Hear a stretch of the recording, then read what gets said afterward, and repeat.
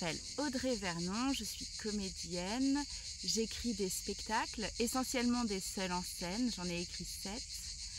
J'ai un petit peu travaillé à la télévision, 10 ans pour Canal+, et un peu à la radio.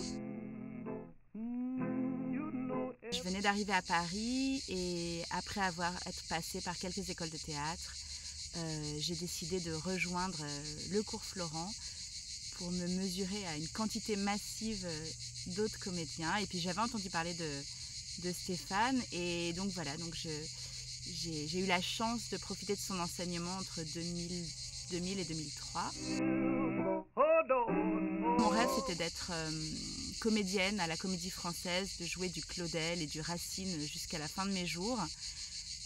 J'avais aucune envie de faire des choses politiques, d'écrire mes propres textes. Ça vraiment, c'était pas du tout une envie ou un désir. Et Stéphane, il répétait beaucoup « soyez subversif ». Et je comprenais vraiment pas cette phrase. Je me disais « soyez subversif », qu'est-ce que ça veut dire ?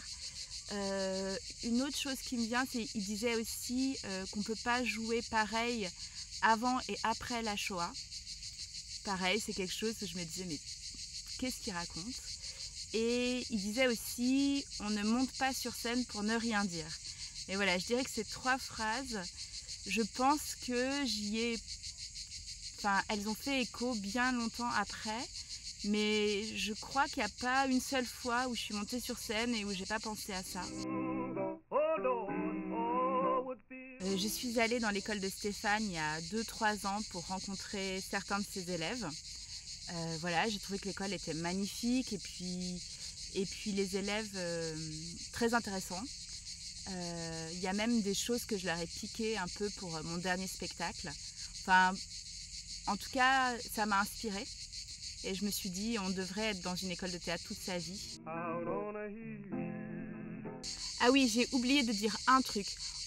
On est vraiment dans une époque politiquement très très intéressante, je trouve.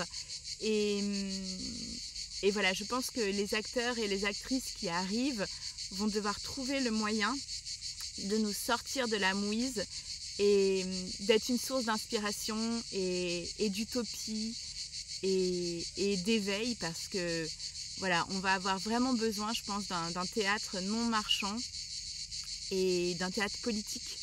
Et là-dedans, Stéphane, il est très fort. Voilà.